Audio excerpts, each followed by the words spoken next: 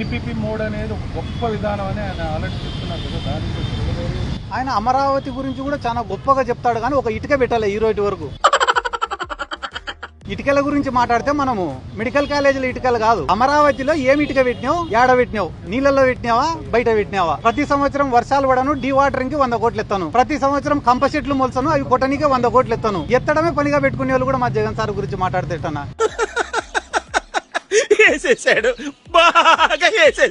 మీ అందరి సమక్షంలో ఒక ప్రశ్న అడుగుతానా నేను. తెలుగుదేశం వాళ్ళు ఈ 15 నెలలు 16 నెలల్లో ఒక్క పని చేసినారా? ఒక్క పని, ఏదైనా ఒక్క పని చేసింటే మీరు చెప్పండి. నేను మిమ్మల్ని అడుగుతాను, ఒక పని అడుగుతాను, ఏమైనా చేసినారా అని. ఏందన్నా ఎవనబ్బా సొమ్ము ఇచ్చినారన్నా? ఎవనబ్బా సొమ్ము ఇచ్చినాడు? ఎవడి జోబిలో నుంచి తీసి ఇచ్చినారు? I'm sorry to say this. నేను ఆ మాట మాట్లాడకూడదు, కానీ ఎందుకు మాట్లాడినా అంటే మా జగన్ సార్ సంక్షేమ పథకాలు ఇచ్చినప్పుడు జోబిలో నుంచి తీసి ఇచ్చినాడా అని అడిగినారు. ఇప్పుడు వాళ్ళు పెన్షన్లు గాని, తల్లికి వందనం గాని, అదేదో 20,000 ఇస్తామని చెప్పి 5,000 ఇచ్చిన అన్నదాత సుఖీభవ గాని ఎవడైనా సొంత జోబిలో నుంచి ఇచ్చినాడా? పొరపాటున సొంత జోబిలో నుంచి ఇచ్చి నింటే మేము రాజకీయం సాధించుకుంటాం. తల్లికి వందనం అనే పథకం మీరు ఇచ్చి రాష్ట్రం అంతా డబ్బాలు కొట్టుకుంటా hit, success, super 6, super hit అని చెప్పుకుంటారే.